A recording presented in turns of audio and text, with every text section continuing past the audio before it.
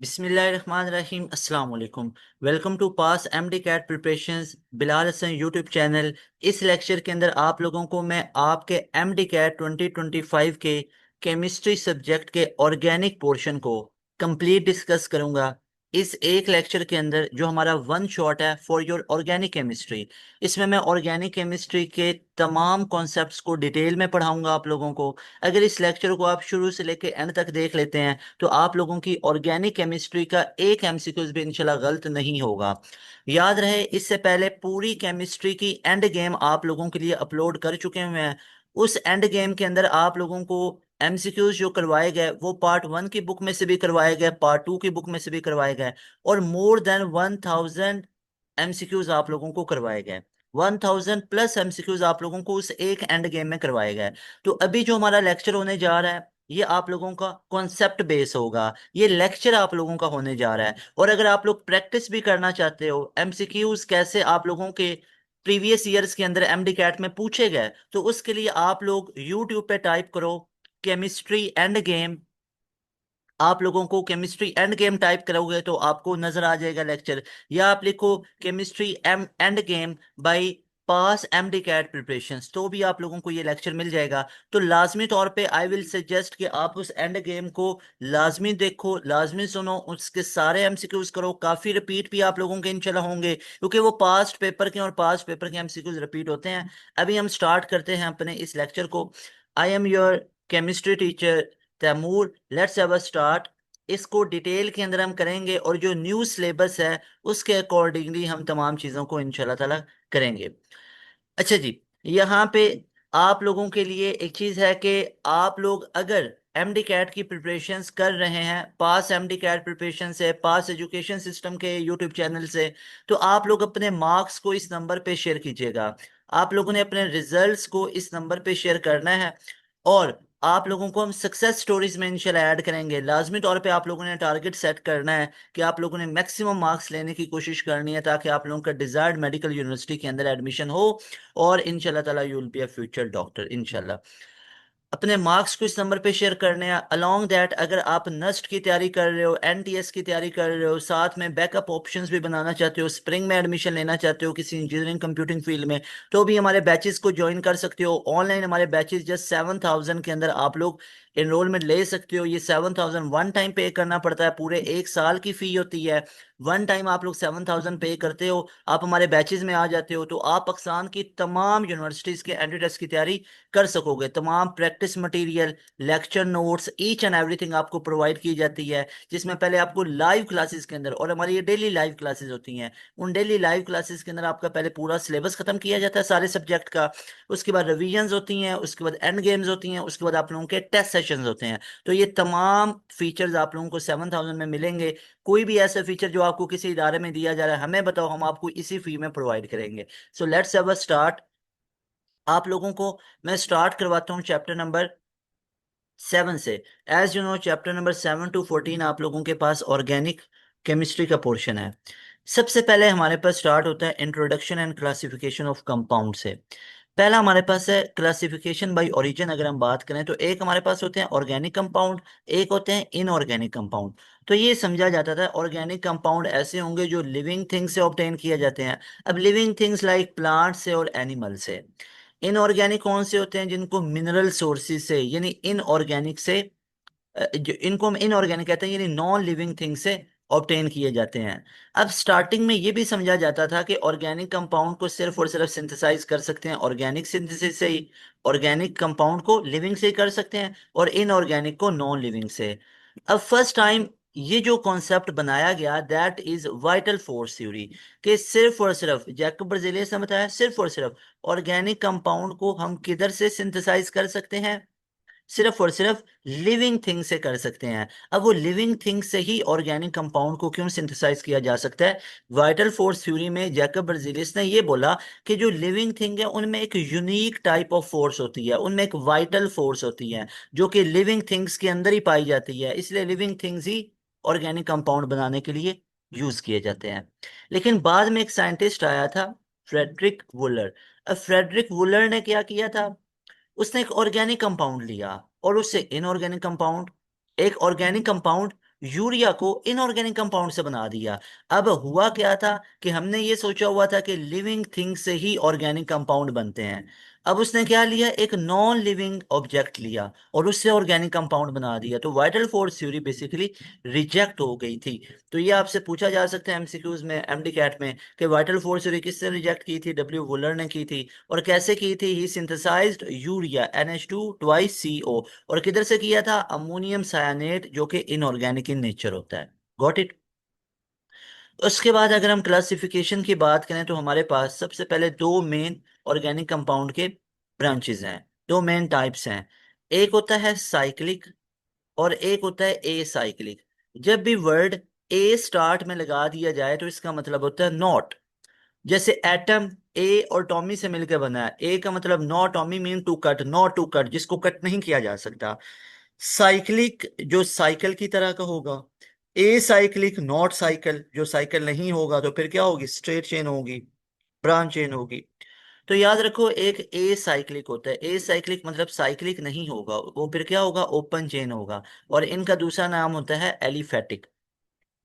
अब ये हमारे पास क्या क्या हो सकते हैं? एक तो ये हमारे पास स्ट्रेट चेन भी हो सकते हैं। स्ट्रेट चेन का मतलब है अनब्रांच, जैसे एन ब्यूटेन है, एन पेंटेन है, तो वो सारे हो सकते हैं।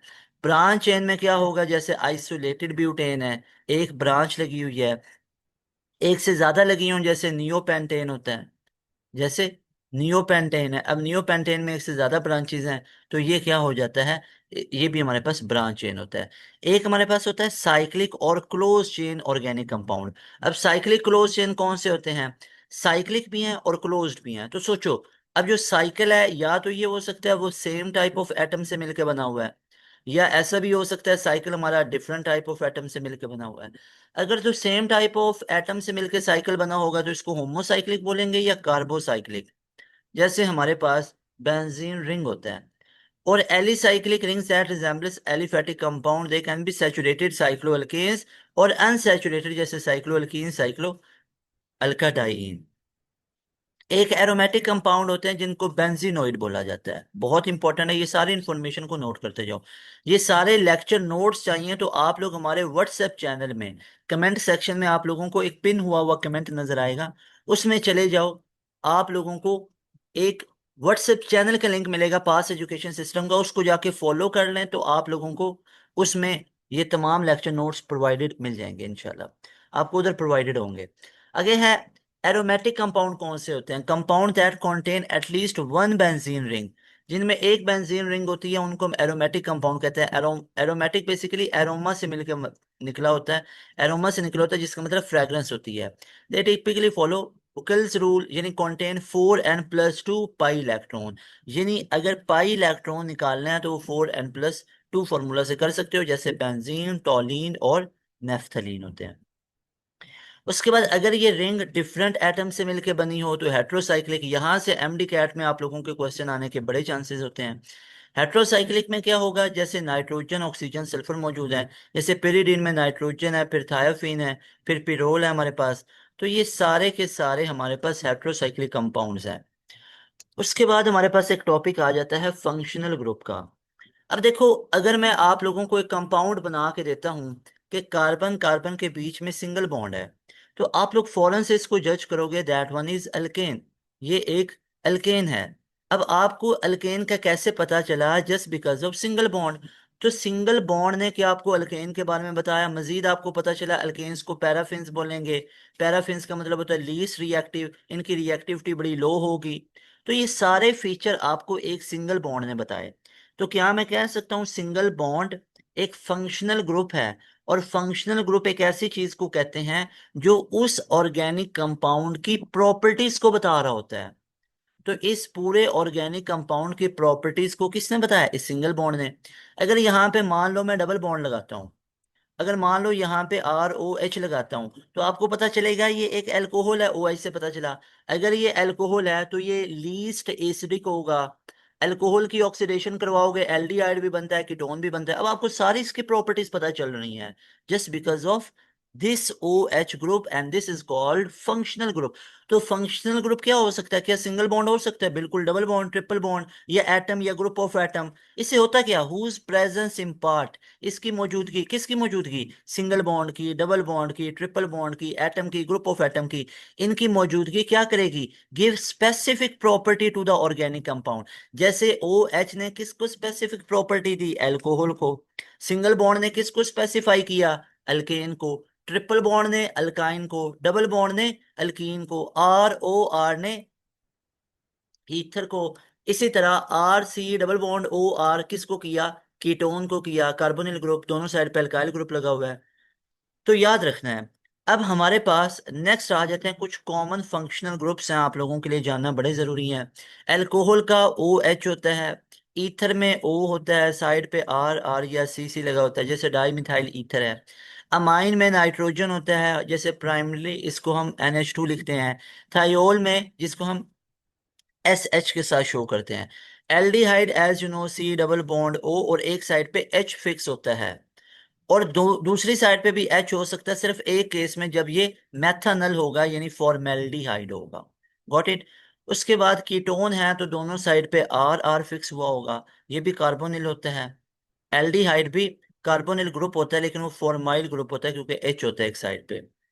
उसके बाद हमारे पास next one is carboxylic acid. Carboxylic acid amongst all सबसे ज्यादा रिएक्टिव होता है। ये सी डबल ओ ओ एच होता है। ये कार्बोक्सिलिक, इसमें कार्बोनिल ग्रुप भी पाया जाता है, हाइड्रोक्सिल ग्रुप भी पाया जाता है। जैसे एसिटिक एसिड है, प्रोपानोइक एसिड है। उसके बाद ईस्टर में सी डबल बॉन्ड ओ, और आगे ओ हमारे पास आगे आर जुड़ा हो सकता है। एसिड अमाइड में सी डबल बॉन्ड ओ NH2 होता है। सी डबल बॉन्ड ओ और NH2, नाइट्रोजन की तीन वैलेंसी, दो हाइड्रोजन जुड़े एक कार्बन के साथ। Got it. जैसे एसिड अमाइड हमारे पास बनता है CH3, सी डबल बॉन्ड ओ NH2। आगे मोस्ट इंपॉर्टेंट टॉपिक जहां से आप लोगों के बहुत दफा क्वेश्चन आते हैं, दैट इज आइसोमेरिज्म। अब आइसोमेरिज्म कहते किसे हैं?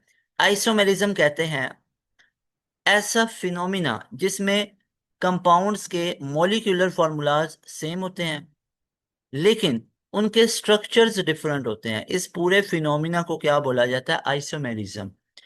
अब ऐसे कंपाउंड्स को क्या बोला जाता है? इनको आइसोमर्स बोला जाता है। अब आइसोमेरिज्म हमारे पास क्या हो सकती है? एक हो सकती है स्ट्रक्चरल, या इसको कॉन्स्टिट्यूशनल आइसोमेरिज्म भी कहते हैं। अब स्ट्रक्चर की फर्दर आगे पांच टाइप्स हैं।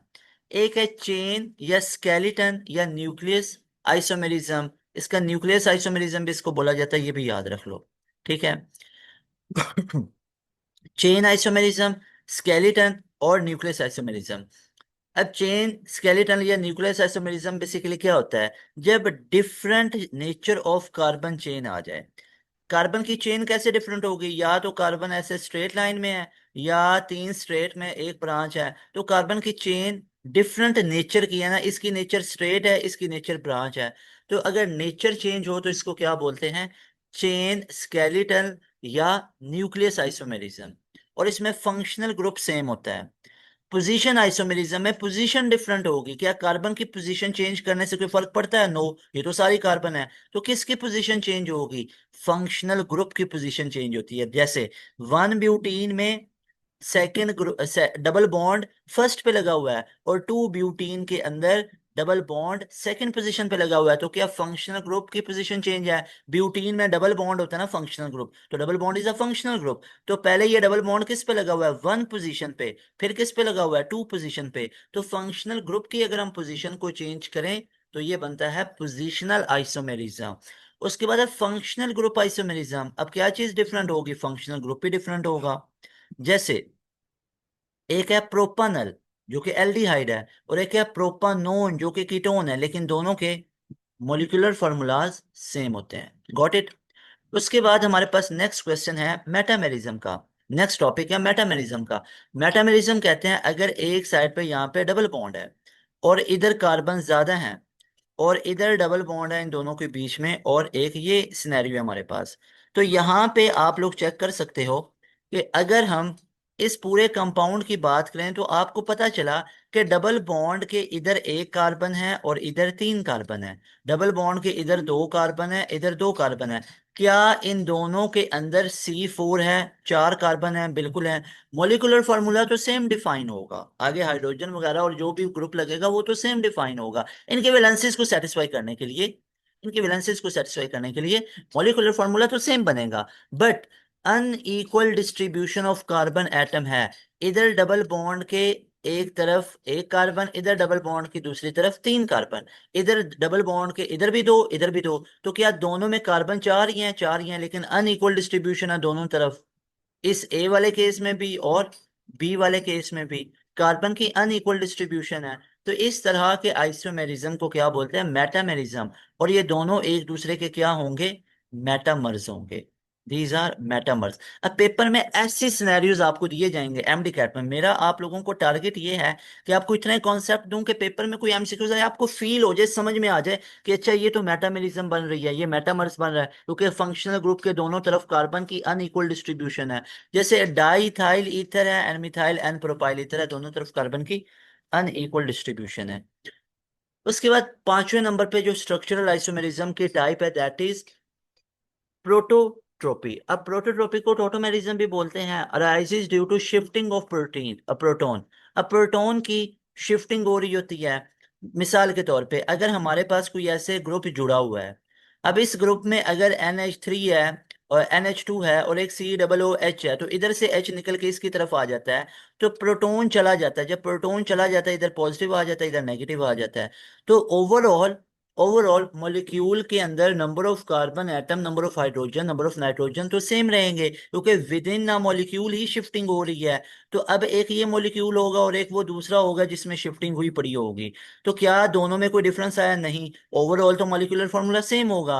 ऐसे ही है, पहले COOH था, अब ये COO नेगेटिव है, तो इसके एक हाइड्रोजन किधर चला गया? NH2 के पास चला गया, जो कि NH3 बन गया है।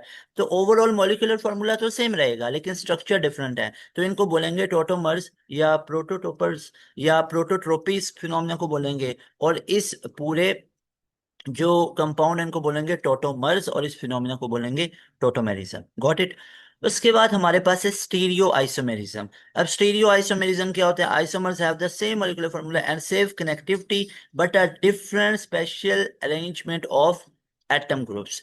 अब ये कितने, मतलब एटम की अरेंजमेंट डिफरेंट होगी। अब इसमें हमारे पास क्या होगा? इसमें हमारे पास रोटेशन चेंज होगी, क्लॉकवाइज एंटी क्लॉकवाइज। एक कन्फर्मेशनल होते हैं, interconvertible, form by the rotation of single bond. और एक कन्फिग्रेशनल होते हैं, non interconvertible, requires bond breaking to interconvert. इनमें बॉन्ड ब्रेकिंग हो रही होती है। एक ऑप्टिकल आइसोमेरिज्म होते हैं जो कि इनैंशियोमर्स बनते हैं, ठीक है, नॉन सुपर इम्पॉसिबल होते हैं, मिरर इमेजेस। एक डेक्स्ट्रो रोटेटरी होते हैं, एक लेवो रोटेटरी होते हैं। डेक्स्ट्रो रोटेटरी पॉजिटिव होते हैं, लेवो रोटेटरी नेगेटिव होते हैं। ठीक है, ये बेसिकली हमारे पास कौन से आइसोमेरिज्म आते हैं? ऑप्टिकल। उसके बाद ज्योमेट्रिकल आइसोमेरिज्म है cis trans isomerism. Cis mean same, trans different. Geometric में क्या होगा? Compound have the same molecular formula and connectivity but different due to the spatial arrangement of groups resulting from restricted rotation around pi bond. यानी pi bond के along इसकी जो arrangement है वो different होती है, लेकिन मॉलिक्यूलर फार्मूला सेम होता है। ये ज्योमेट्रिक या सिस और ट्रांस है। यानी डबल बॉन्ड के तरफ क्या होते हैं? सेम सेम पहले ग्रुप जुड़े होते हैं। मान लो कि इधर ए ग्रुप जुड़ा हुआ है और इधर बी है, तो थोड़ी देर के बाद ये आपस में जगह चेंज कर लेंगे। इधर ए के साथ इधर ए आ गया, और इधर बी, और इधर हमारे पास बी। तो अब चेक करो, पहले ऊपर ए था, अब ऊपर ए बी आ गया। पहले नीचे बी भी था, अब नीचे ए बी आ गया। तो ये सिस होगा और ये ट्रांस होगा। Everybody clear? ये सिस होगा और ये ट्रांस होगा। Everybody clear? तो ये हमारे पास आइसोमेरिज्म के रिलेटेड है। आई होप आप लोगों को क्लियर होगा। अब इसका कंपैरिजन देख लो। अगर हम इसके कंपैरिजन की बात करें सिस एंड ट्रांस आइसोमर्स का, तो याद रखो, सिस आइसोमर में 2 सिमिलर ग्रुप होते हैं ऑन सेम साइड, अभी बताया था, और 2 similar group on the opposite side. अब देखो ऑपोजिट साइड पे सिमिलर ग्रुप आ रहे हैं। ऑपोजिट साइड पे ये चेक करो, इधर सेम ग्रुप और इधर सेम ग्रुप। और सिस में क्या होता है? सेम साइड पे सेम ग्रुप आ रहे होते हैं, यानी ऊपर सेम नीचे सेम। और ट्रांस में लेफ्ट पे सेम और राइट पे सेम। उसके बाद हमारे पास है कि dipole movement not equal to zero, मतलब ये पोलर होते हैं सिस वाले, और ट्रांस वालों में dipole movement equal to zero होता है और ये नॉन पोलर होते हैं। बॉइलिंग पॉइंट इनके हाई होते हैं सिस के, और ट्रांस के लो होते हैं। मेल्टिंग पॉइंट इनके लो होते हैं और इनके मेल्टिंग पॉइंट हाई होते हैं ट्रांस के। स्टेबिलिटी ये लेस स्टेबल है और ट्रांस वाले मोर स्टेबल होते हैं। और ये सिस वाले मोर रिएक्टिव हैं और ट्रांस वाले लीस्ट रिएक्टिव है। ये बहुत इंपॉर्टेंट है। You can take a screenshot of this comparison, जो कि बहुत हेल्प आप लोगों को कर सकता है। Got it? अच्छा जी। उसके बाद अब हम मूव करते हैं, हमारे पास स्टार्ट हो जाता है चैप्टर नंबर 8। नेक्स्ट हमारे पास चैप्टर आ जाता है chapter number 8 and 9, chemistry of hydrocarbon. अब इस केमिस्ट्री ऑफ हाइड्रोकार्बन में हम डिस्कस करेंगे अल्केन को, फिर हम डिस्कस करेंगे अल्कीन को, फिर हम डिस्कस करेंगे बेंजीन को, और फिर हम डिस्कस करेंगे अल्काइन को। तो लेट्स हैव स्टार्ट। सबसे पहले हम बात कर लेते हैं classification of hydrocarbon that we have studied.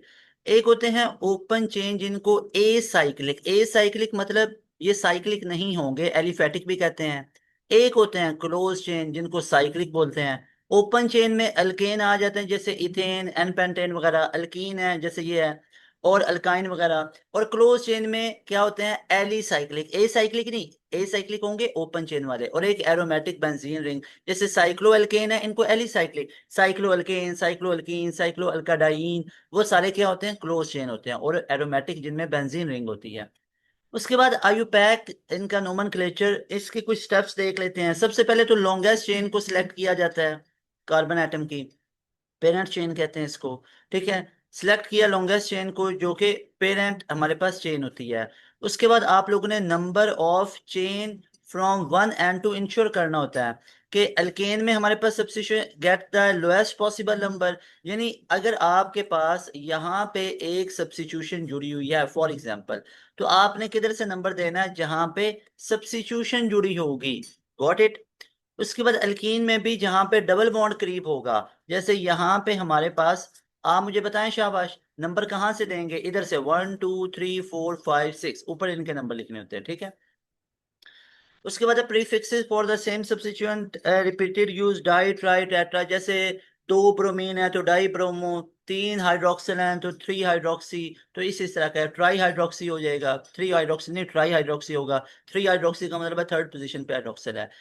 तो यहाँ पे ये आप लोगों ने याद रखना है। अब अल्केन को बाकायदा तौर पे शुरू करते हैं, सारी चीजें आपको फुल लेवल की क्लियर हो जाएंगी इंशाल्लाह ताला। पहला है जनरल फॉर्मूला अल्केन का, CnH2n+2 होता है। We have just to find the number of carbon. हमें C4, तो C4 है ना, तो H4 2 8, 8 + 2 10, तो ये क्या बन गया? ब्यूटेन बन गया। कार्बन का पता हो तो हाइड्रोजन निकल आते हैं। हिब्रिडाइजेशन sp3 होती है। If it is sp3, angle will be 109.5 degrees. But water में यही एंगल 104.5 डिग्रीज होता है, क्योंकि ऑक्सीजन पे दो लोन पेयर होते हैं। यही एंगल अमोनिया के अंदर 107.5 डिग्रीज होता है, क्योंकि नाइट्रोजन में एक लोन पेयर होता है। वैसे sp3 के साथ एंगल कितना होता है जुड़ा हुआ? 109.5 डिग्रीज। यानी when ever there is sp3 hybridisation, angle will be 109.5 degrees. Everybody clear? उसके बाद ज्योमेट्री होगी टेट्राहेड्रल। और स्ट्रक्चर इसका बेसिक मेंबर कौन सा होगा? सबसे सिंपलेस्ट अल्केन कौन सा होता है? That is methane. सबसे सिंपलेस्ट अल्केन कौन सा होता है? That is methane. Always remember that is geometry tetrahedral. और सिंपलेस्ट अल्केन कौन सा होता है? That is methane. अच्छा जी। उसके बाद हमारे पास नेक्स्ट वन इज,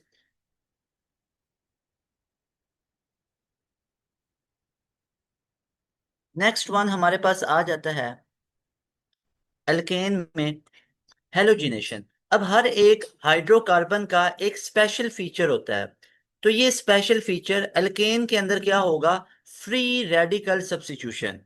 यानी फ्री रेडिकल सब्स्टिट्यूशन क्या है? कि एक हेलोजन का मॉलिक्यूल है, वो स्प्लिट अप होके फ्री रेडिकल में कन्वर्ट हो जाता है।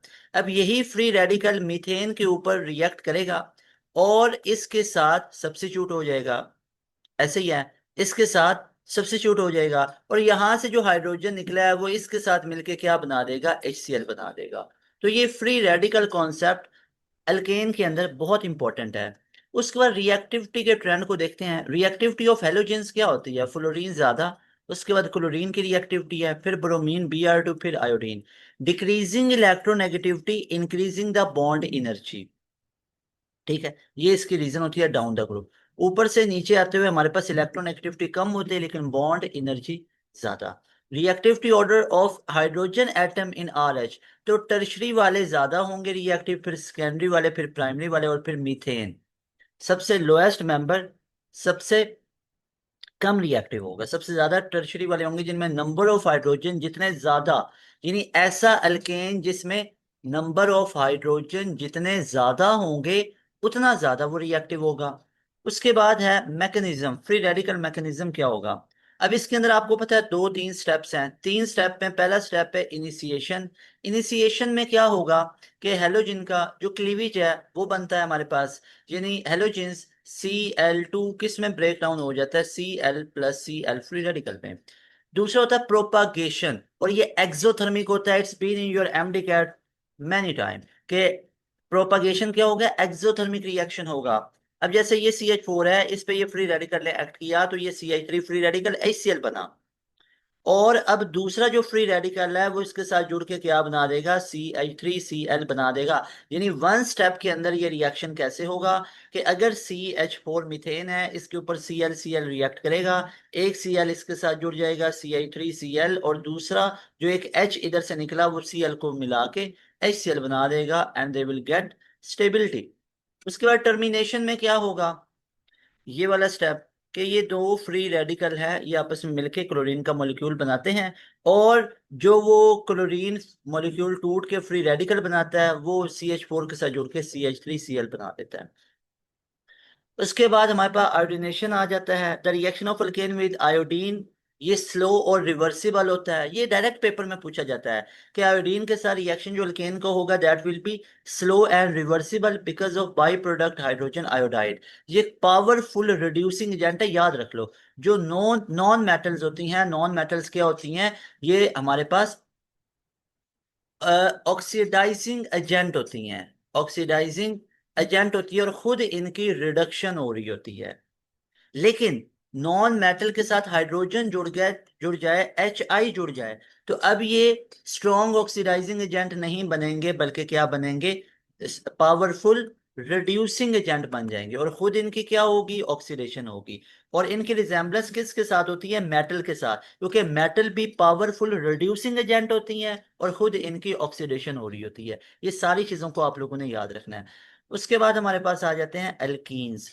अब एल्कीन्स को आप लोग देखो, एल्कीन्स को कहते हैं ऑयली फिन्स। ऑयली फिन्स का मतलब होता है ऑयल फॉर्मिंग, ये ऑयल को बना रही होती हैं, याद रखिएगा।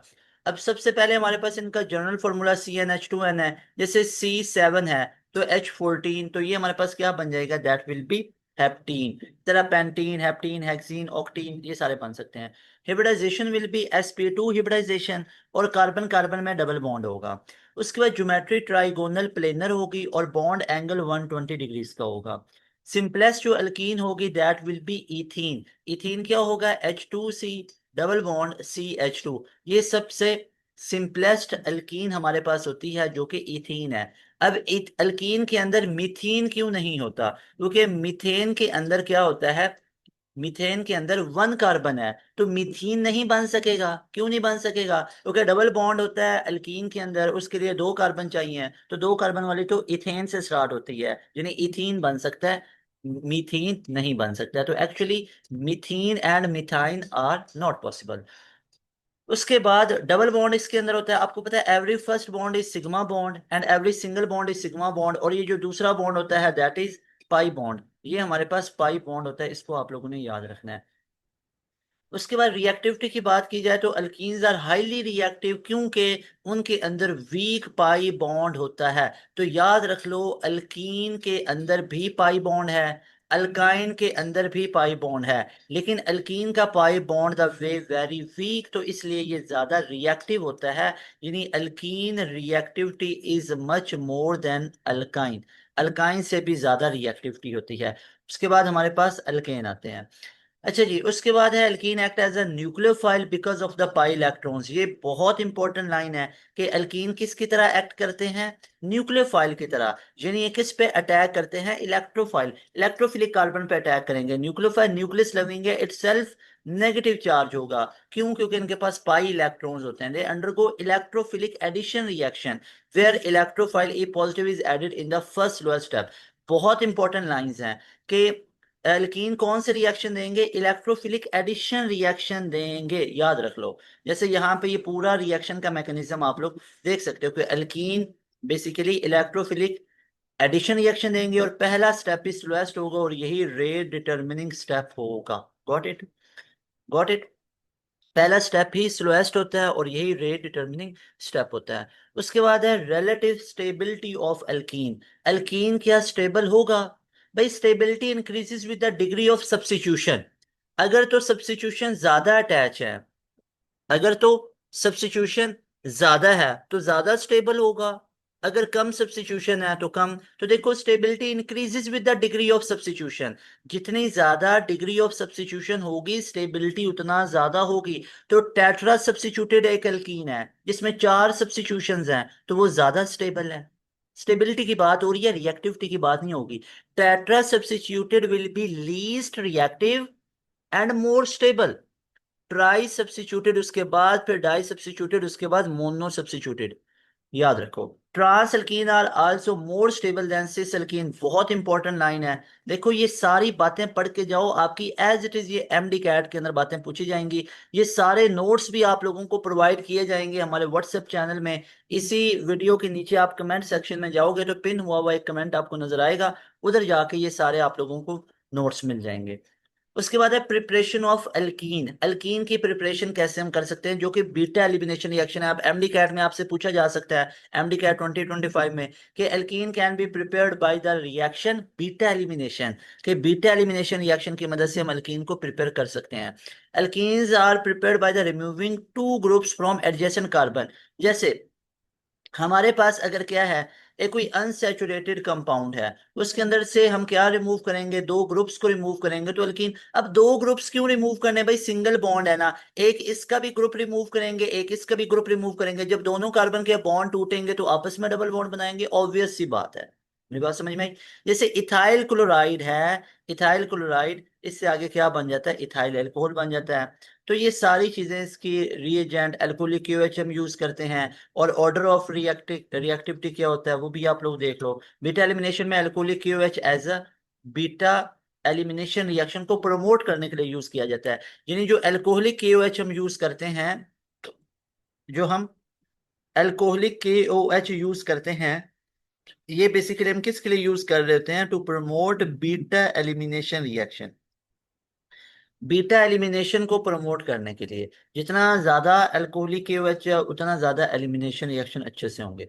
एक्वस केओएच प्रमोट करता है सब्स्टिट्यूशन को, अल्कोहलिक केओएच प्रमोट करता है एलिमिनेशन को। ये दोनों बातें याद रखनी है, अल्कोहलिक केओएच एलिमिनेशन को और एक्वस केओएच सब्स्टिट्यूशन को। यानी कहीं पे भी एक्वस केओएच हम यूज करेंगे तो रिएक्शन क्या होगा, सब्स्टिट्यूशन रिएक्शन होगा। Got it? उसके बाद है type of electrophilic addition reaction. Electrophilic addition reaction की कौन कौन सी है? एक हाइड्रोजिनेशन है।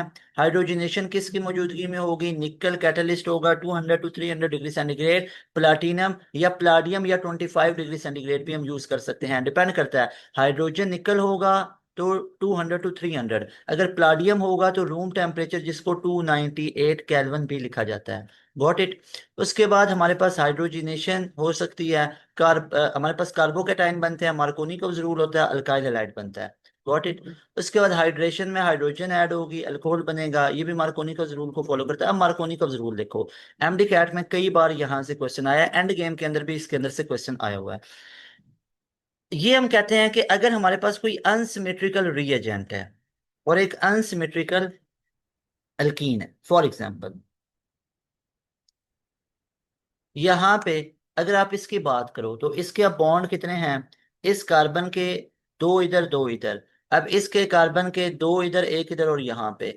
तो यहाँ पे मुझे बताओ क्या अनसिमेट्रिकल है, डबल बॉन्ड के इधर उधर। यहाँ पे एक कार्बन है, यहाँ पे 2 कार्बन है, अनसिमेट्रिकल है। इसमें कोई अनसिमेट्रिकल रीएजेंट ऐड किया जाएगा तो इस रीएजेंट का नेगेटिव पार्ट उस कार्बन के पास जाएगा जिसके पास लीस्ट नंबर ऑफ हाइड्रोजन है।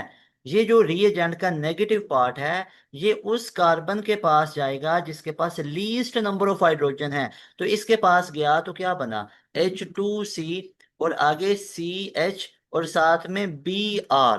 Got it? और आगे क्या है, CH3 है। लेकिन अब इसको जब एक रिएजेंट मिला तो इसने ये डबल बॉन्ड सिंगल में कन्वर्ट कर दिया, और इस कार्बन का भी बॉन्ड टूटा तो इसको ये बाकी की जो हाइड्रोजन है ये इस कार्बन को मिल जाती है। तो ये क्या बन जाता है, H3C बन जाता है। Got it? Everybody clear? तो ये मार्कोनी का जरूर होता है। ठीक है। उसके बाद हमारे पास नेक्स्ट वन इज, यानी मैं कह सकता हूँ नेगेटिव पार्ट उस कार्बन कार्बन के पास जाएगा, नेगेटिव पार्ट उस कार्बन के पास जाएगा जिसके पास लीस्ट नंबर ऑफ हाइड्रोजन है, और ये बाकी का हाइड्रोजन उस कार्बन के पास जाएगा जिसके पास already greater number of hydrogen है। Got it. अच्छा जी। उसके बाद हमारे पास नेक्स्ट क्वेश्चन है, नेक्स्ट क्वेश्चन है हमारे पास,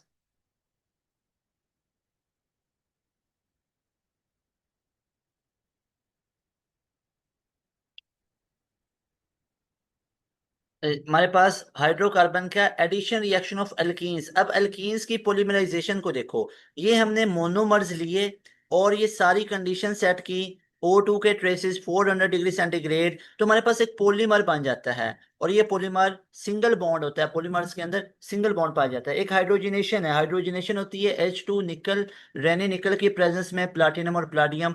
exothermic reaction, hydrogenation is highly exothermic reaction, कई बार आप लोगों के एमसीक्यूज में पूछा गया है कि हमारे पास एक्सोथर्मिक रिएक्शन हाइड्रोजनेशन क्या होगा। Hydrogenation is a highly exothermic reaction. Hydrogenation, hydrogenation is highly exothermic reaction. Got it. इसको आप लोगों ने याद रखना है। उसके बाद हमारे पास नेक्स्ट है benzene and aromatic hydrocarbon. Benzene and aromatic hydrocarbon. अब बेंजीन और एरोमेटिक हाइड्रोकार्बन की बात करते हैं, तो सबसे पहले देखो बेंजीन और एरोमेटिक हाइड्रोकार्बन में हमारे पास क्या आ जाएगा, बेंजीन आ जाएगा। अब हम इसको डिस्कस करते हैं सबसे पहले, बेंजीन एंड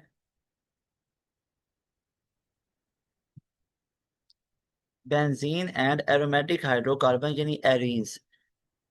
सबसे पहले इसकी डेफिनेशन को देख लो कि बेंजीन को क्या बोला जाता है, एरीन्स कंपाउंड बोला जाता है। यानी ऐसे कंपाउंड जिनमें benzene as a functional group use हो उनको एरीन्स बोला जाता है। बेंजीन का मॉलिक्यूलर फॉर्मूला होता है C6H6। और बेंजीन को माइकल फेराडे ने डिस्कवर किया था आइसोलेशन फ्रॉम कोलतार से। स्पेशल फीचर्स क्या है, रेजोनेंस हर एक का स्पेशल फीचर होता है। तो बेंजीन के दो स्पेशल फीचर्स हैं, एक रेजोनेंस, रेजोनेंस एनर्जी ज्यादा होने की वजह से इसके रेजोनेटिंग स्ट्रक्चर है और ये स्टेबल होती है। और दूसरा electrophilic substitution reactions. Got it. Structure और शेप ऑफ बेंजीन की बात करें तो सबसे पहले आप लोग देखो, बेंजीन के स्ट्रक्चर और शेप की बात करें तो सबसे पहले आप लोग देखो, बेंजीन के स्ट्रक्चर और शेप की बात करें तो physical structure, benzene has a regular hexagonal planar, benzene has benzene has a regular hexagonal planar structure. Bond angle की बात की जाए 120 डिग्रीज की। और ये एमडी कैट में कई बार आप लोगों का क्वेश्चन पूछा गया कि सी सी बॉन्ड लेंथ हमारे पास कितनी होगी, ये हमारे पास 1.34 होगी, डबल बॉन्ड के लिए, सिंगल के लिए 1.54 होगी। Got it. उसके बाद हमारे पास next one is hybridisation. sp2 hybridisation benzene के अंदर है क्योंकि डबल बॉन्ड पाया जाता है। कार्बन कार्बन अगर आप यहाँ पे देखो तो क्या पाया जाता है, यहाँ पे डबल बॉन्ड होता है। तो इस डबल बॉन्ड की वजह से sp2 हिब्रिडाइजेशन होती है और पाई इलेक्ट्रॉन का एक क्लाउड बनता है। उसके बाद रेजोनेंस इन बेंजीन का मतलब क्या होता है कि बेंजीन के रेजोनेटिंग स्ट्रक्चर्स होते हैं। अब ये रेजोनेटिंग स्ट्रक्चर्स बनते क्यों हैं, क्योंकि जो इलेक्ट्रॉन्स है ना उनकी डिफरेंट पेयरिंग स्कीम होती है। इलेक्ट्रॉन की डिफरेंट पेयरिंग स्कीम है, तो जब इलेक्ट्रॉन की डिफरेंट पेयरिंग स्कीम होगी तो उससे क्या बनेंगे, स्ट्रक्चर्स अलग अलग बनते हैं। तो उनको रेजोनेटिंग स्ट्रक्चर्स कहते हैं। जो तो हमारे पास बेंजीन के टोटल 5 रेजोनेटिंग स्ट्रक्चर्स हैं, जिनमें से 3 दिए थे डेवर ने, 2 दिए थे कैक्यूल ने। इन कैक्यूल के स्ट्रक्चर का 80% कॉन्ट्रीब्यूशन है, डेवर के स्ट्रक्चर का 20% हमारे पास कॉन्ट्रीब्यूशन है। उसके बाद स्टेबिलिटी की बात की जाए तो बेंजीन में जो रेजोनेंस एनर्जी है वो 150 किलो जाउल पर मोल होती है। रेजोनेंस एनर्जी कहते हैं calculated heat of hydrogenation minus actual heat of hydrogenation. तो जितना डिफरेंस आता है इन दोनों एनर्जीज में उसी को हम बोलते हैं रेजोनेंस एनर्जी। और जब रेजोनेंस एनर्जी ज्यादा हो तो स्टेबिलिटी भी ज्यादा होती है। ये सारे की फैक्ट को याद रखे जाना है। तो बेंजीन की 150 किलो जाउल पर मोल रेजोनेंस एनर्जी है, इसलिए बेंजीन हाईली स्टेबल है, जबकि कैक्यूल ने बोला था ये हाईली अनस्टेबल है। जबकि कैक्यूल का स्ट्रक्चर इसी वजह से फ्लॉप हो गया था। कुछ चीजें उसकी ठीक थी, कुछ गलत थी। उसके बाद है इलेक्ट्रोफिलिक सब्स्टिट्यूशन रिएक्शन, जो उसने पोस्टुलेट दिए थे वो ठीक थे। फिर है इलेक्ट्रोफिलिक सब्स्टिट्यूशन रिएक्शंस। तो यहाँ पे बेंजीन इलेक्ट्रोफिलिक सब्स्टिट्यूशन रिएक्शन दे रहा है। ठीक है।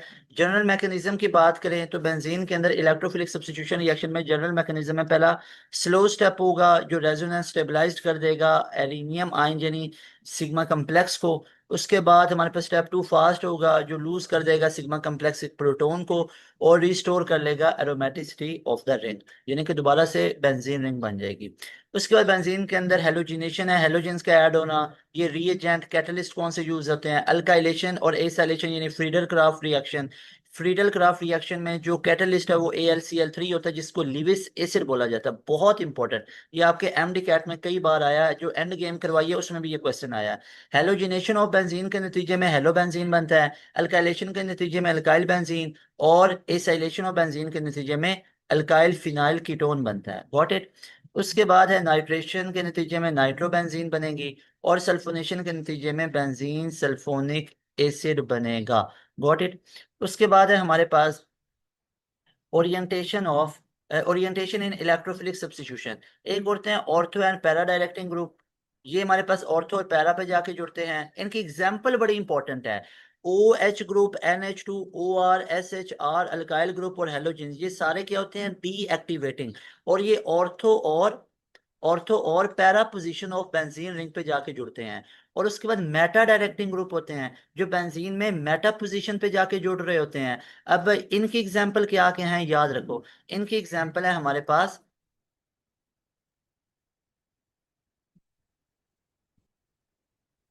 मेटा डायरेक्टिंग की, हमारे पास क्या क्या एग्जांपल हैं वो आप ये देखो।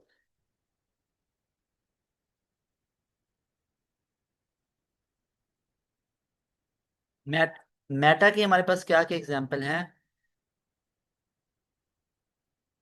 मेटा की एग्जांपल हैं NO2, NR3, COOH, CHO, COR, SO3, HCN, ये सारे के सारी मेटा डायरेक्टिंग ग्रुप हैं, यानी बेंजीन में मेटा पोजीशन पे जुड़ेंगे। ये ऑर्थो पोजीशन होती है, ये मेटा पोजीशन है, ये पैरा पोजीशन है, नीचे वाले भी पैरा है, ये मेटा है और ये वाली ऑर्थो है।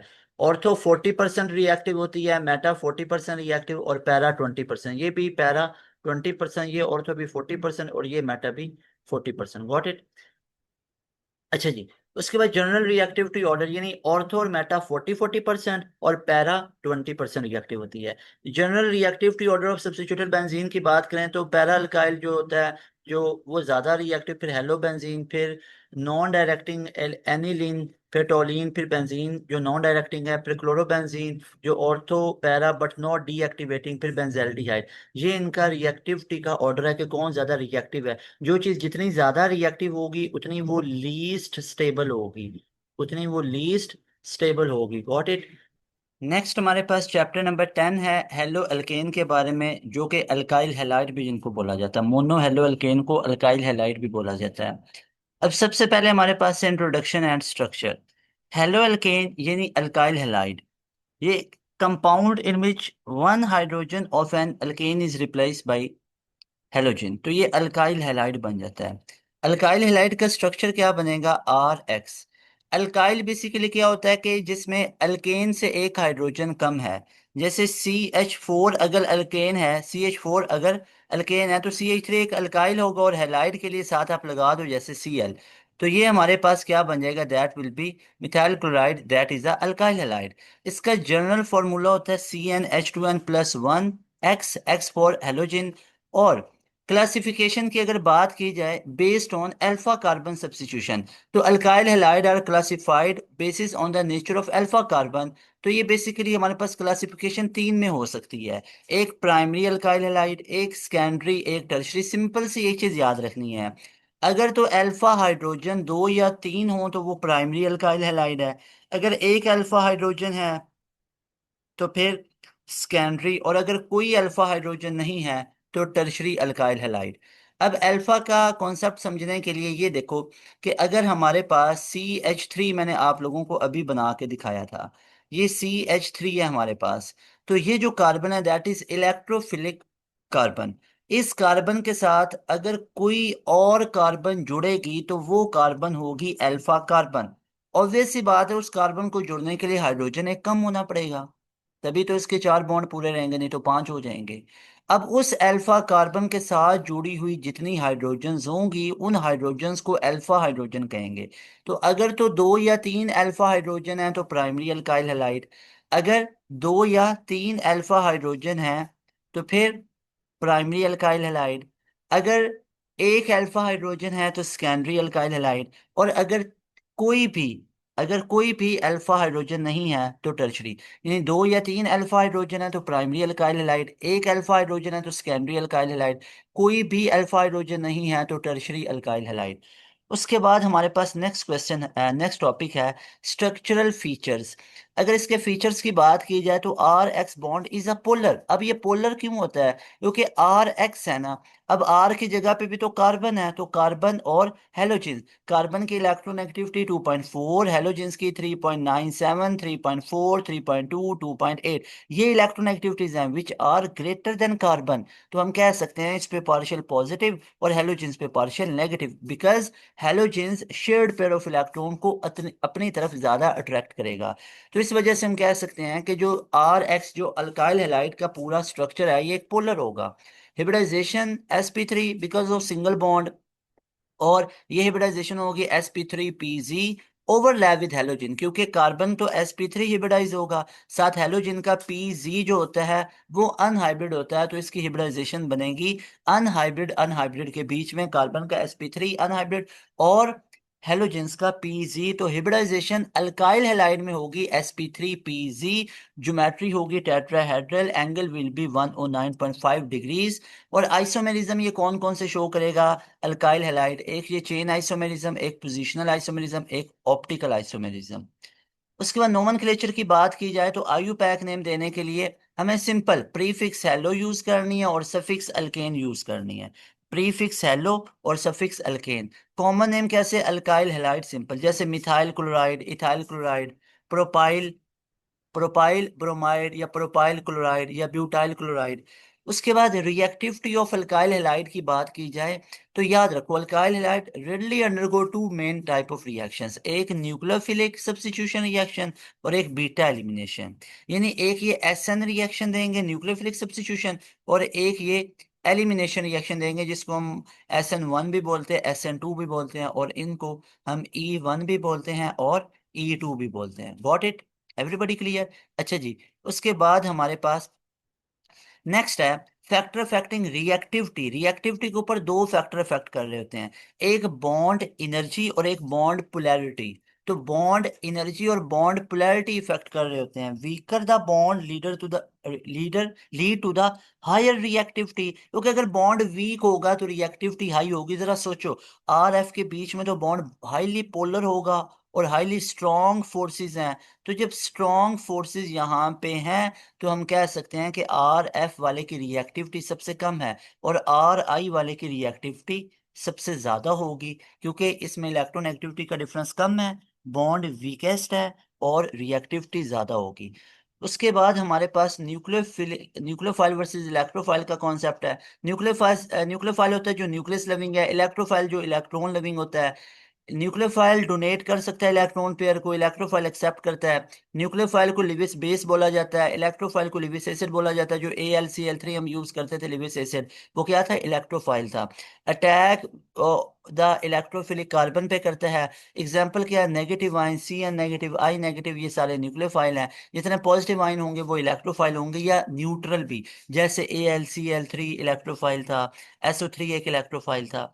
उसके बाद हमारे पास नेक्स्ट वन इज ये AlCl3 भी हमारे पास एक इलेक्ट्रोफाइल है और SO3 भी एक इलेक्ट्रोफाइल है।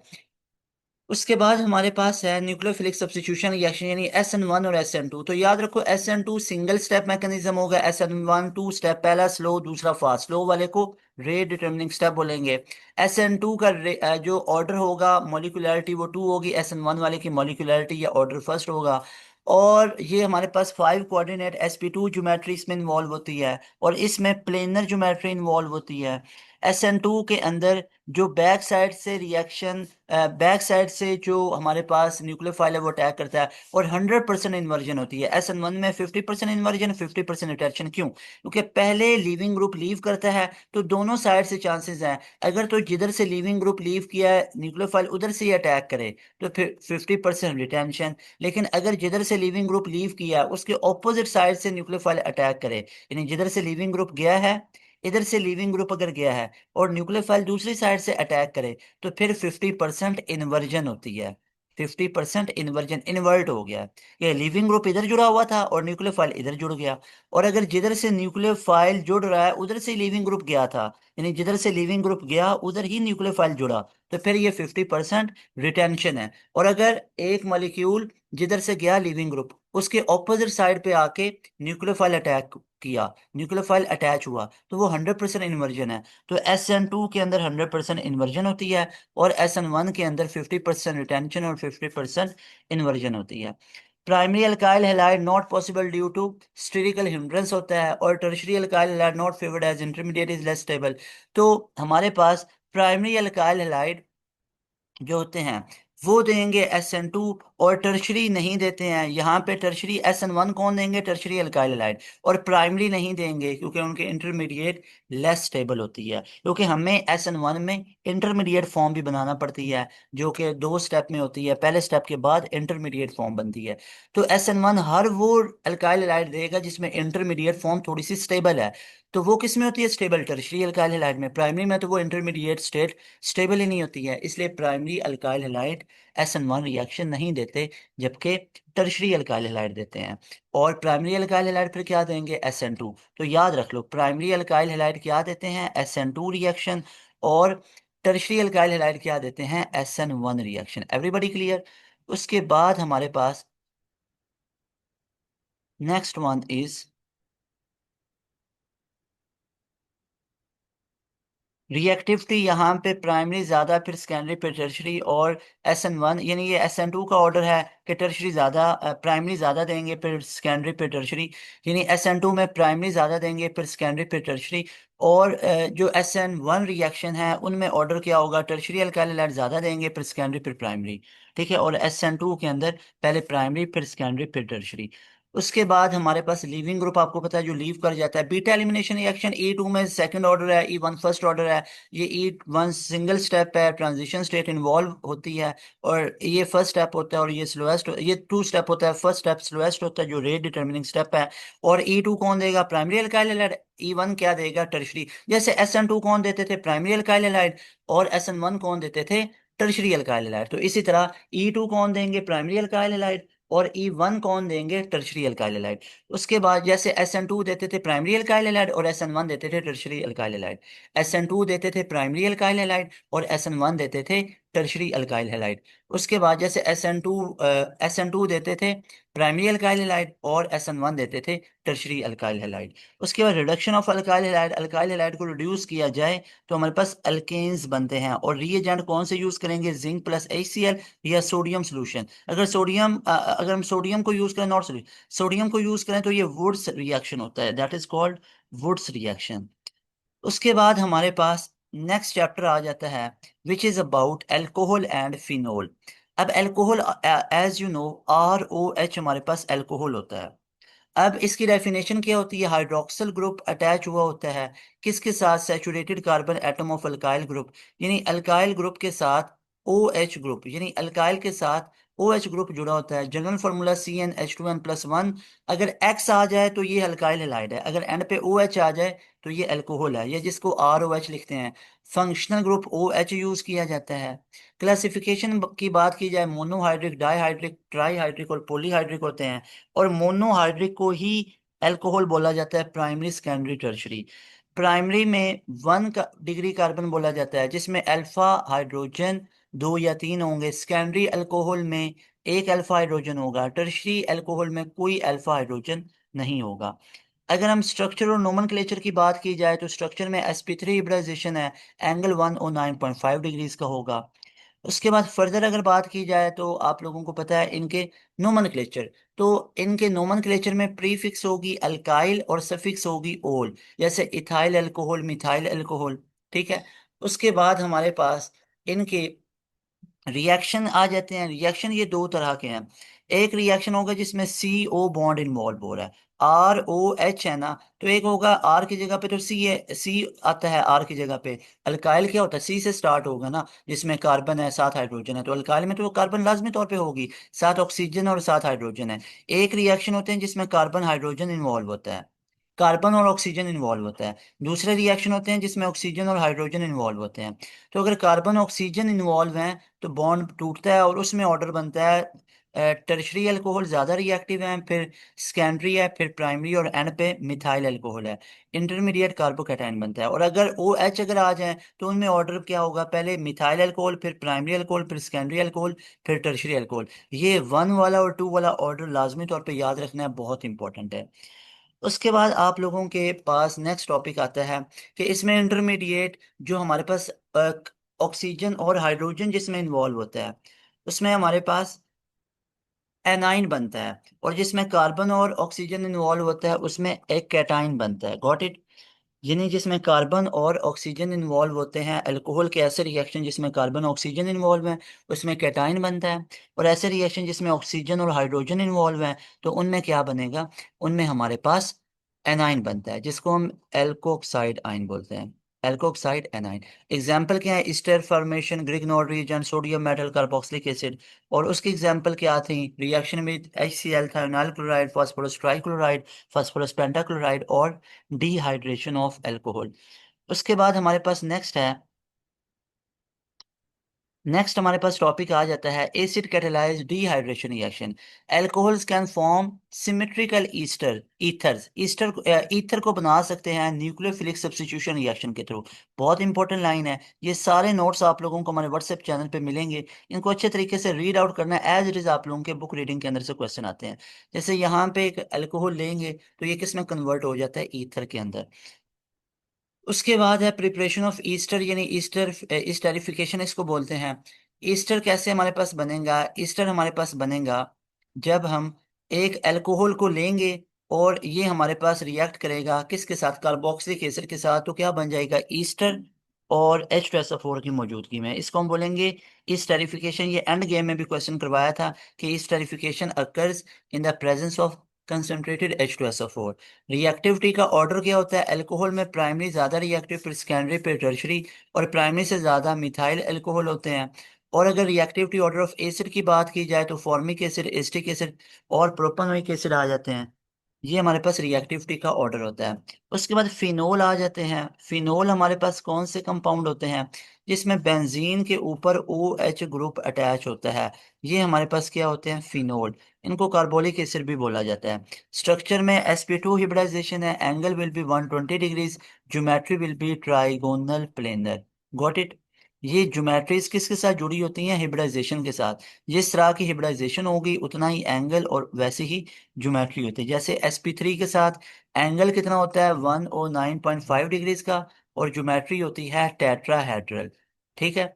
और sp2 के साथ क्या होता है, एंगल होता है 120 डिग्रीज का, ज्योमेट्री होती है ट्राइगोनल प्लेनर। sp के साथ एंगल होता है 180 डिग्रीज का, और ज्योमेट्री कौन सी होती है, लीनियर। Everybody clear. उसके बाद हमारे पास है एसिडिटी ऑफ फिनोल। तो फिनोल बिल्कुल एसिडिक होता है लेकिन वीक एसिड होता है, इसका pKa 10 होता है।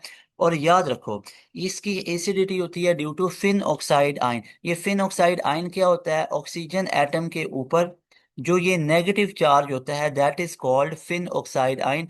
और ये नेगेटिव चार्ज पूरे का पूरा क्या करता रहता है, सर्कुलेट करता रहता है। और जहाँ पे ये नेगेटिव चार्ज जाएगा वहां से डबल बॉन्ड खत्म हो जाता है।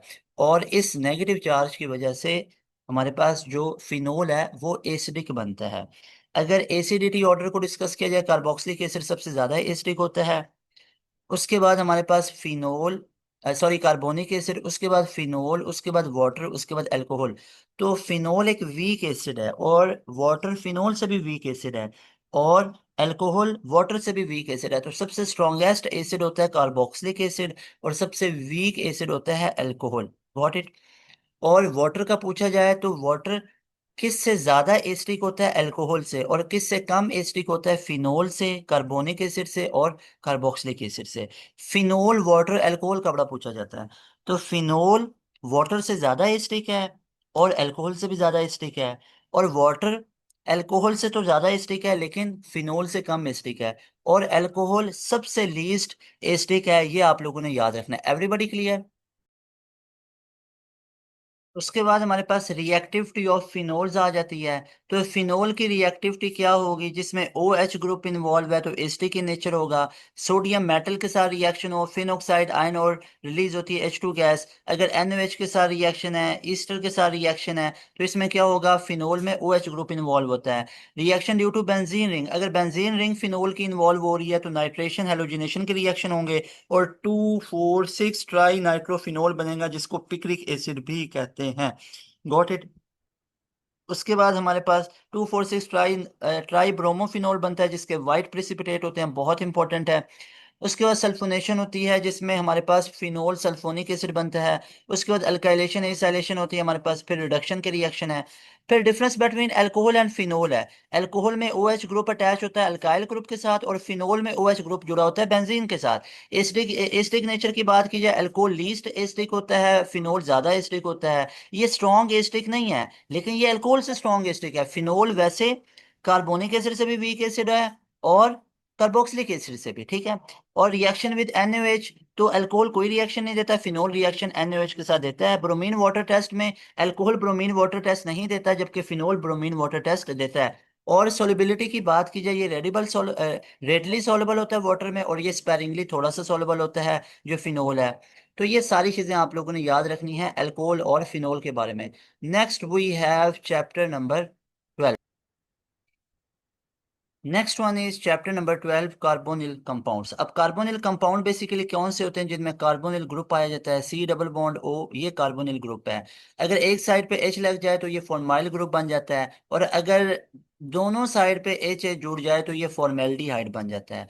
और अगर एक साइड पे हमारे पास R है और दूसरी साइड पे भी R है, तो ये क्या बन जाता है? ये हमारे पास कार्बोनिल ग्रुप का जो आगे मेंबर बना, दैट इज कीटोन। इंट्रोडक्शन में और स्ट्रक्चर में बात की जाए तो आपको ये बता चुका हूँ। जनरल फार्मूला CnH2nO होगा। स्ट्रक्चर के अंदर C डबल बॉन्ड O है तो sp2 हिब्रिडाइजेशन होगी। Angle will be 120 degrees and geometry will be trigonal planar. Trigonal planar. Everybody clear?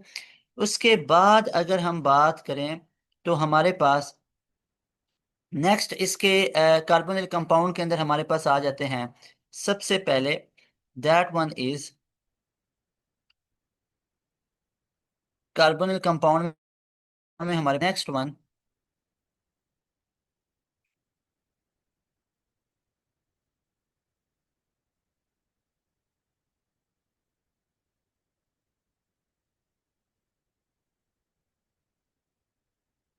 तो एल्डिहाइड और कीटोन्स के बारे में आ जाता है। अच्छा जी, एल्डिहाइड हमारे पास बेसिकली क्या होते हैं? एल्डिहाइड में एक साइड पे, यहाँ पे ये एंगल वगैरह इनका बता चुका। एल्डिहाइड में H एटम अटैच होता है कार्बोनिल में, और कीटोन यानी फॉर्माइल ग्रुप बनता है। और कीटोन में R C double bond O और R होता है। ये दोनों R सेम सेम भी हो सकते हैं तो डाई मिथाइल कीटोन बनेगा। एक मिथाइल इथाइल मिथाइल कीटोन भी बन सकता है क्योंकि अल्फाबेटिकली E पहले आता है M से, तो इसलिए E पहले बोलेंगे इथाइल फिर मिथाइल कीटोन। तो इथाइल मिथाइल कीटोन बनेगा, मिथाइल इथाइल कीटोन नहीं। उसके बाद नोमेनक्लेचर की बात की जाए तो अल्कानल बनेगा इसका एल्डिहाइड का। और जैसे फॉर एग्जांपल मेथानल, एथानल, इस तरह जैसे यहाँ पे आप लोग देख सकते हो मेथानल, एथानल, ब्यूटानल, पेंटानल, ये बनते हैं। कीटोन के नोमेनक्लेचर की बात की जाए तो अल्काइल ग्रुप्स आगे अटैच होते हैं अल्फाबेटिकली तो वो कीटोन बन जाते हैं। जैसे मिसाल के तौर पे डाई मिथाइल कीटोन, 2 प्रोपानोन, ये इसका आयुपैक नेम, टू, और आगे इसका कॉमन नेम।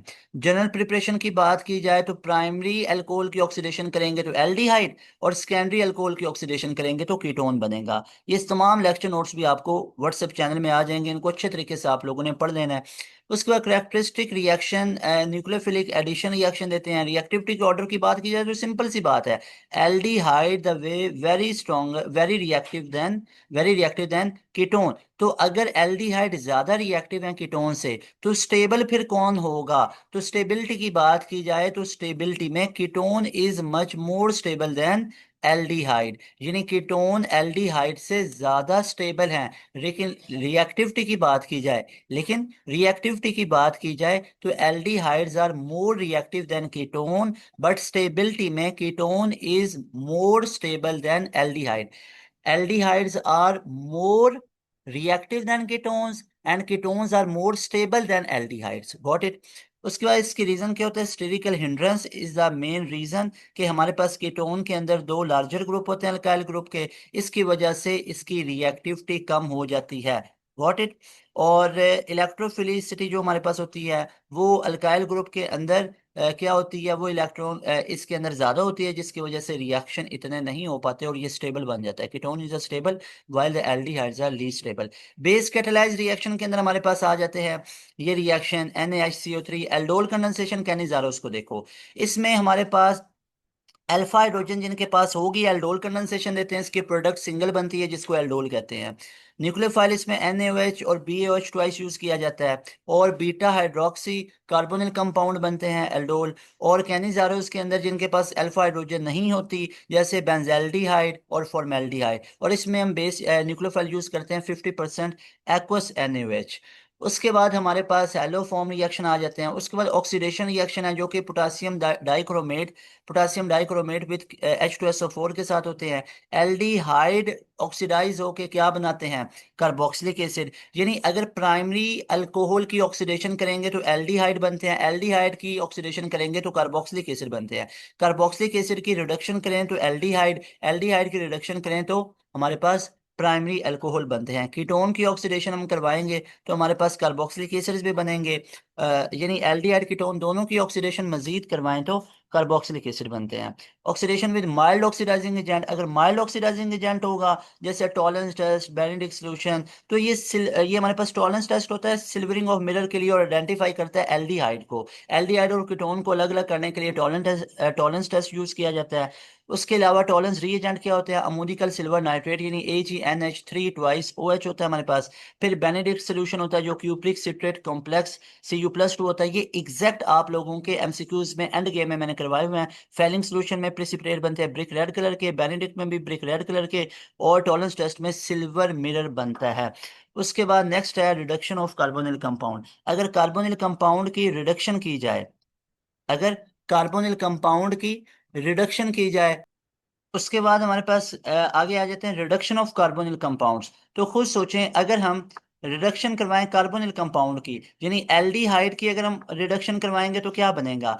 एल्डिहाइड की रिडक्शन करवाएंगे तो प्राइमरी अल्कोहल बनेंगे, और अगर कीटोन की रिडक्शन करवाएंगे तो सेकेंडरी अल्कोहल बनेंगे। ऐसे ही है क्योंकि प्राइमरी अल्कोहल की ऑक्सीडेशन से एल्डिहाइड बनते हैं, सेकेंडरी अल्कोहल की ऑक्सीडेशन से कीटोन बनते हैं। तो अगर एल्डिहाइड और कीटोन की रिडक्शन करवाएंगे तो तो अल्कोहल बनेगा। एल्डिहाइड की रिडक्शन से प्राइमरी अल्कोहल और कीटोन की रिडक्शन से सेकेंडरी, क्योंकि देखो ना प्राइमरी अल्कोहल की ऑक्सीडेशन से एल्डिहाइड, सेकेंडरी अल्कोहल की ऑक्सीडेशन से कीटोन। तो अगर एल्डिहाइड और कीटोन की रिडक्शन करवाएंगे तो बनेगा तो अल्कोहल, लेकिन एल्डिहाइड की रिडक्शन में प्राइमरी अल्कोहल और कीटोन की रिडक्शन में सेकेंडरी अल्कोहल बनेगा। Got it? प्राइमरी यानी एल्डिहाइड की रिडक्शन करवाएंगे तो प्राइमरी अल्कोहल और कीटोन की रिडक्शन करवाएंगे तो सेकेंडरी अल्कोहल। याद रखना है, अल्कोहल की ऑक्सीडेशन करवाओ एल्डिहाइड कीटोन बना, एल्डिहाइड की रिडक्शन करवाओ तो प्राइमरी अल्कोहल, कीटोन की रिडक्शन करवाओ तो secondary alcohol. Got it? Next हमारे पास चैप्टर है कार्बोक्सिलिक एसिड के बारे में, चैप्टर नंबर जो हमारे पास 13 बनता है हमारा ऑर्गेनिक पोर्शन का। अच्छा जी, अब यहाँ पे वैसे ही हमारे पास 18 चैप्टर है। अब यहाँ पे कार्बोक्सिलिक एसिड में हम बात करते हैं, ऐसा ऑर्गेनिक कंपाउंड होता है कार्बोक्सिलिक एसिड जिसमें कार्बोक्सिलिक ग्रुप पाया जाता है। कार्बोक्सिलिक ग्रुप ये होता है C डबल बॉन्ड OOH। अगर आप इस कार्बोक्सिलिक ग्रुप को देखें तो इसके अंदर फर्दर दो ग्रुप्स होते हैं। एक ग्रुप हमारे पास ये वाला होता है, दूसरा ये वाला। अब ये जो ग्रुप होता है दैट इज कार्बोनिल ग्रुप, और ये जो ग्रुप होता है दैट इज हाइड्रोक्सल ग्रुप। ये हमारा हाइड्रोक्सल ग्रुप होता है विच इज OH। ठीक है?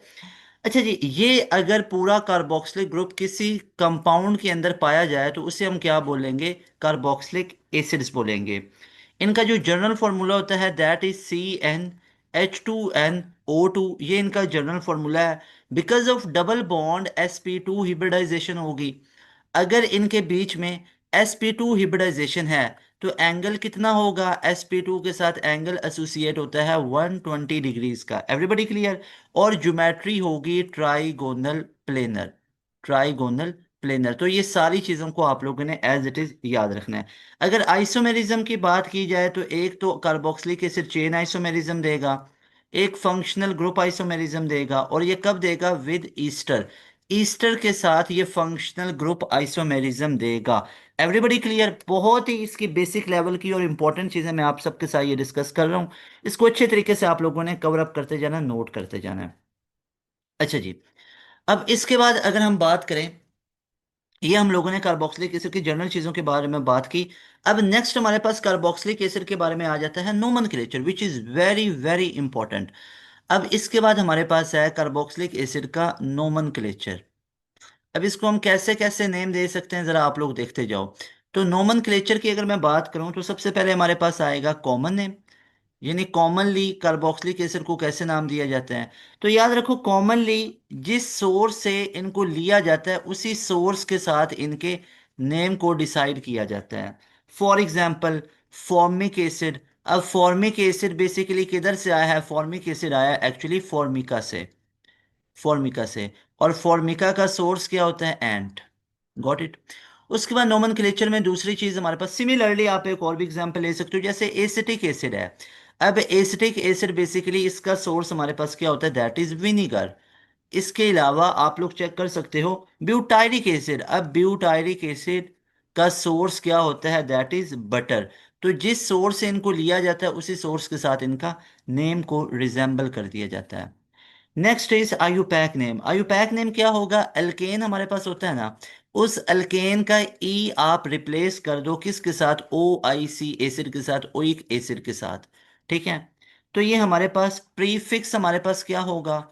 प्रीफिक्स होगा अल्केन, ए एल के ए एन, ई नहीं होगा। और सफिक्स जो हमारे पास होगा वो क्या होगा? दैट विल बी ओ आई सी। तो क्या बनेगा?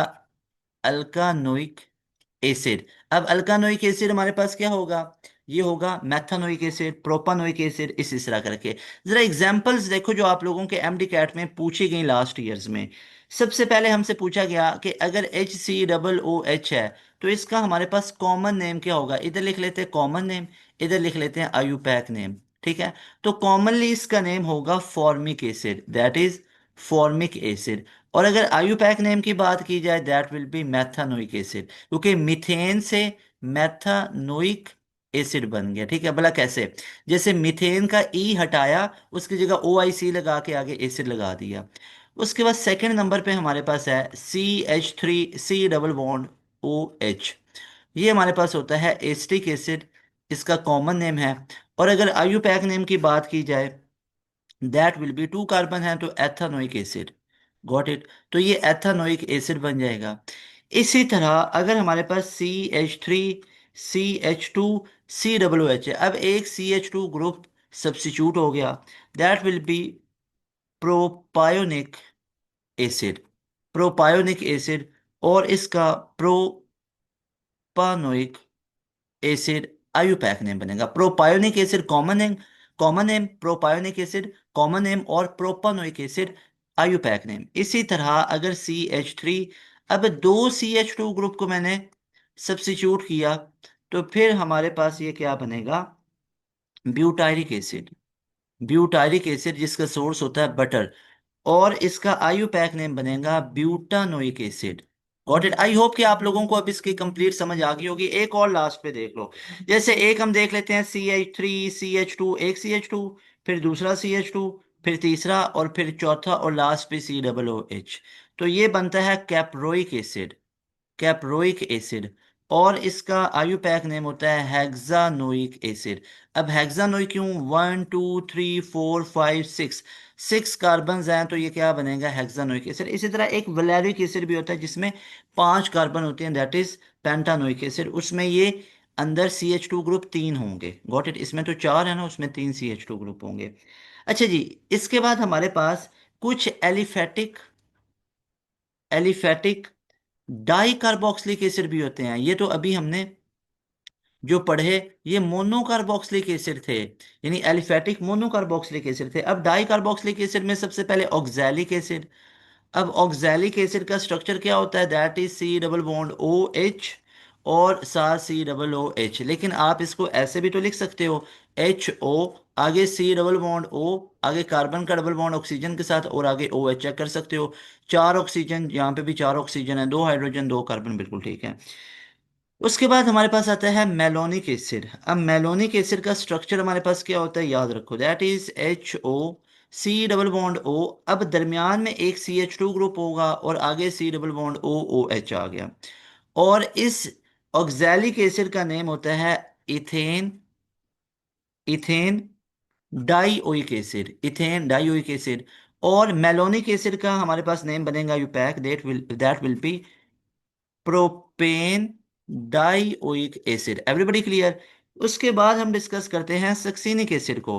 अब जो सक्सीनिक एसिड होता है, दैट वन इज व्हाट, वो होगा HO, C double bond O, दरमियान में दो CH2 ग्रुप आ गए और आगे C डबल बॉन्ड O और OH।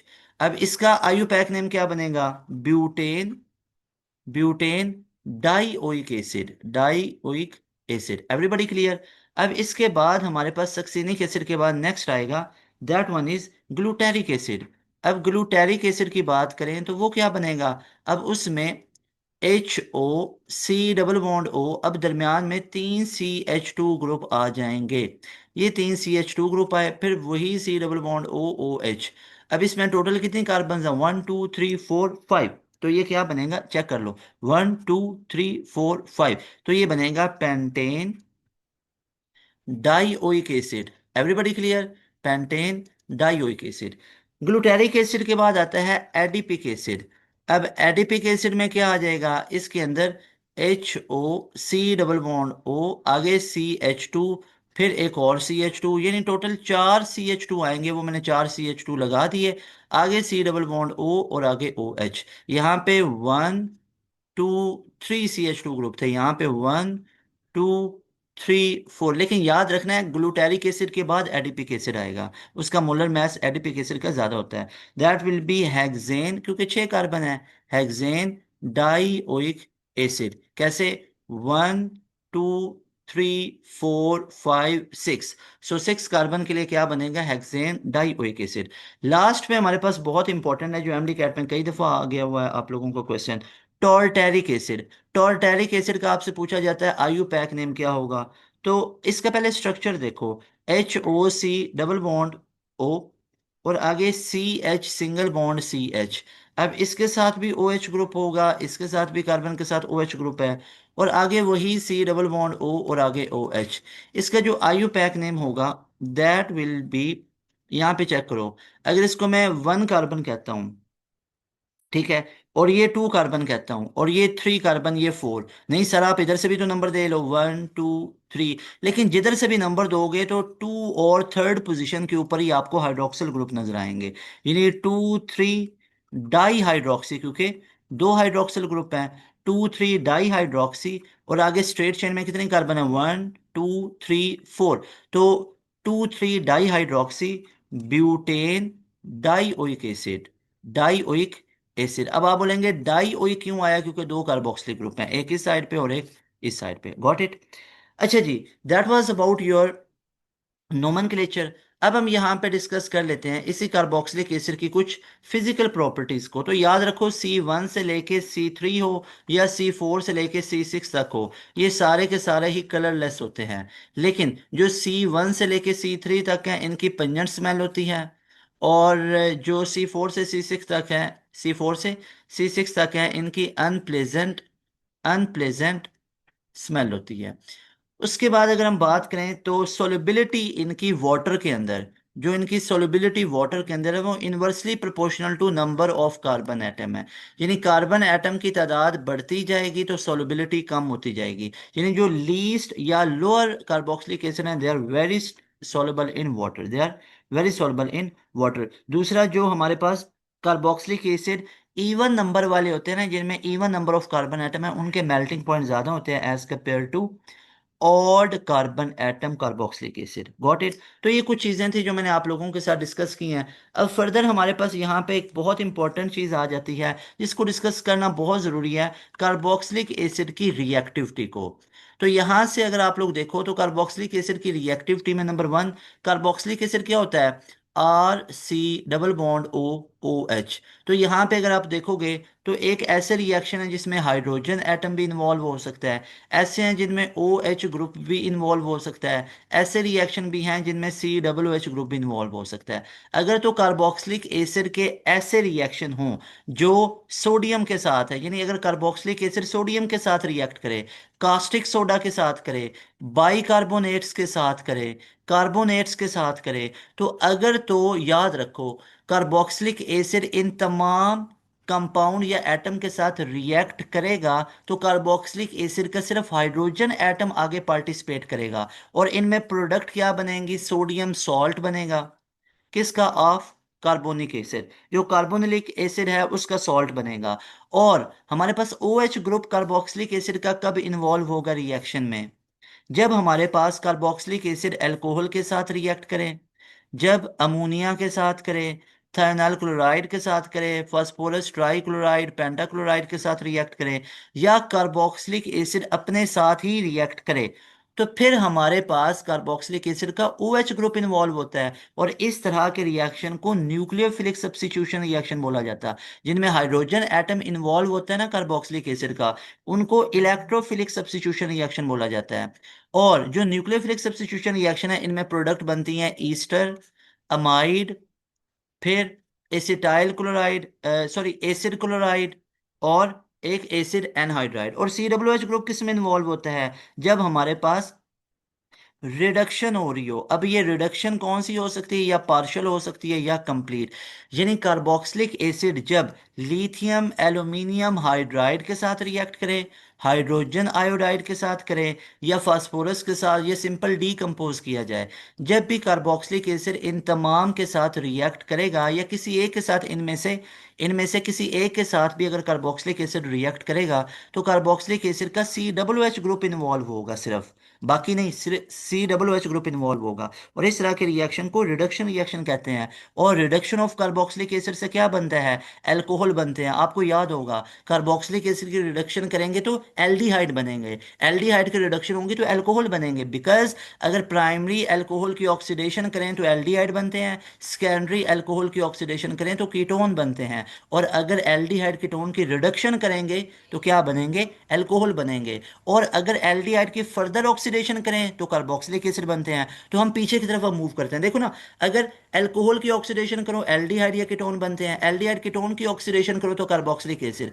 अब कार्बोक्सिलिक एसिड की रिडक्शन करवाओ तो कार्बोक्सिलिक एसिड की रिडक्शन होगी तो पहले एल्डिहाइड कीटोन बनेंगे, और एल्डिहाइड कीटोन की रिडक्शन करवाओगे तो अल्कोहल। तो simple is that, carboxylic acid की जब भी रिडक्शन होगी तो एंड प्रोडक्ट तो अल्कोहल ही बनेगा। I hope you got this concept. आप लोगों को ये अच्छे तरीके से तमाम चीज़ें क्लियर हुई होंगी। उसके बाद लास्ट पे हम फ्लेवर्स को डिस्कस कर लेते हैं। कार्बोक्सिलिक एसिड में फ्लेवर्स बहुत इंपॉर्टेंट है, वो देख लो। यानी ईस्टर वाले टॉपिक में हम ईस्टर और उनके फ्लेवर को डिस्कस कर लेते हैं। यहाँ पे ईस्टर लिख लेते हैं, यहाँ पे उनके फ्लेवर्स को लिख लेते हैं। जैसे कि देखो, एक हमारे पास होता है ईस्टर अमाइल एसीटेट। जो अमाइल एसीटेट है उसका फ्लेवर होता है बनाना की तरह का। अब बनाना की तरह का फ्लेवर अमाइल एसीटेट का है। और एक अमाइल ब्यूटाइरेट होता है हमारे पास, ब्यूटाइरेट, इसका फ्लेवर होता है हमारे पास एप्रीकोट की तरह का, एप्रीकोट की तरह का।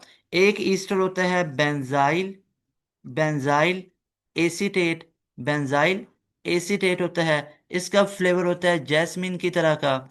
एक हमारे पास होता है बेंजाइल, बेंजाइल एसीटेट, और एक होता है हमारे पास बेंजाइल एसीटेट, मैंने आपको बता दिया हुआ है। इसके बाद एक हमारे पास ईस्टर होता है, that is ethyl butyrate. Ethyl butyrate हमारे पास क्या होता है? इसका फ्लेवर पाइन एप्पल की तरह का होता है। और उसके बाद हमारे पास आ जाता है आइसोब्यूटाइल, आइसोब्यूटाइल फॉर्मेट। इसका फ्लेवर हमारे पास किसकी तरह का होता है? रेसबेरी की तरह का, रेसबेरी की तरह का। इसके बाद हमारे पास नेक्स्ट वन इज, एक हमारे पास होता है ऑक्टाइल, ऑक्टाइल एसीटेट।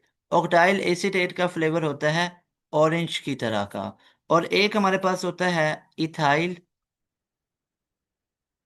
हेक्सानोएट, हेक्सानोएट, इसका फ्लेवर होता है एप्पल की तरह का। और उसके बाद हमारे पास है इथाइल एसीटेट, इसका फ्लेवर होता है वाइन लाइक। पहले हमारे पास क्या ऊपर गुजरा था, हमारे पास आया था दैट वाज अमाइल एसीटेट, और ये है ethyl acetate. So that was all about your chapter number 13, जो कि कार्बोक्सिलिक एसिड का था। एमडी कैट में चैप्टर नंबर आप लोगों का ये बना 18। अब हम डिस्कस करते हैं, हमारा लास्ट चैप्टर है which is chapter number 19, macromolecules. और चैप्टर नंबर 20 है इंडस्ट्रियल केमिस्ट्री के बारे में। मैक्रोमोलिक्यूल की अगर बात करें तो सबसे पहले हमारे पास प्रोटीन का टॉपिक आ जाता है। अब प्रोटीन वाले टॉपिक में आप लोगों ने याद रखना है, जो प्रोटीन होते हैं इनके हाई मॉलिक्यूलर मैसेज होते हैं, और ये बनते किससे हैं, अमाइनो एसिड से मिलके बनते हैं। यानी हम कह सकते हैं कि on hydrolysis protein yields amino acids, और अमाइनो एसिड्स बिल्डिंग ब्लॉक्स होते हैं किसके, प्रोटीन के। और जितने भी बल्क में हमारे पास नॉन बोनी पार्ट्स होते हैं, हेयर है, स्किन है, मसल्स हैं, वो सारे के सारे किसके बने होते हैं, प्रोटीन के बने होते हैं। अब प्रोटीन के अंदर एलिमेंट्स कौन कौन से होते हैं, कार्बन, हाइड्रोजन, ऑक्सीजन, नाइट्रोजन। ये एलिमेंट तो लाजमी तौर पे होते हैं, बेसिक एलिमेंट। और एडिशनल एलिमेंट में सल्फर भी, फास्फोरस भी, कॉपर भी, आयरन भी, आयोडीन भी, मैंगनीज भी होता है, फिर जिंक भी होता है। ये एडिशनल एलिमेंट्स प्रोटीन के अंदर पाए जाते हैं। इसके अलावा यहाँ पे हमारे पास प्रोटीन के अंदर एक प्राइमरी होते हैं, एक सेकेंडरी, एक टर्शरी और एक क्वार्टनरी होते हैं। प्राइमरी कौन से हमारे पास होंगे, प्राइमरी वो होंगे जिनमें नंबर ऑफ अमाइनो एसिड्स और उनका जो स्ट्रक्चर है वो लीनियर होता है। यानी जो प्राइमरी होंगे उनमें स्ट्रक्चर लीनियर होगा। जो सेकेंडरी हमारे पास प्रोटीन बनेंगे उनमें हमारे पास रेगुलर रेगुलर ज्योमेट्रिकल शेप होती है, ठीक है। और जो हमारे पास टर्शरी होंगे उनकी हमारे पास, अगर सेकेंडरी को आपस में जोड़ दिया जाए तो वो अब क्या बनते हैं, टर्शरी। और उसके बाद अगर क्वार्टरनरी की बात की जाए तो क्वार्टरनरी हमारे पास कब बनेंगे, जब हम फर्दर टर्शरी को आपस में जोड़ दें, टर्शरी टर्शरी को आपस में जोड़ दें तो क्या बनेंगे, क्वार्टरनरी बनेंगे। Got it.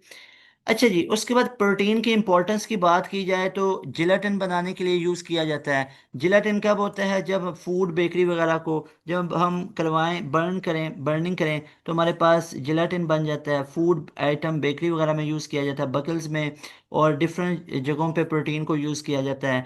थायरॉक्सिन, इंसुलिन वगैरह बनाने में यूज़ किया जाता है। तो डिफरेंट प्रोटीन के फंक्शंस हमारे पास आ जाते हैं। उसके बाद पेप्टाइड लिंकेज को समझना बड़ा ज़रूरी है। दो अमाइनो एसिड्स अगर आपस में रिएक्ट करें, अब दो अमाइनो एसिड कैसे कैसे रिएक्ट करें, जैसे एक हमारे पास है H2N, और इसका बॉन्ड CH, और कार्बन आगे अल्काइल ग्रुप है, और ये आगे C डबल बॉन्ड O, ठीक है, और आगे OH है। और उसके बाद आगे इसका रिएक्शन करवाएं किसके साथ, ये H2N है ना, इस H2N को क्या मैं लिख सकता हूँ, HN, और एक H इसका नीचे इधर मैंने बना दिया।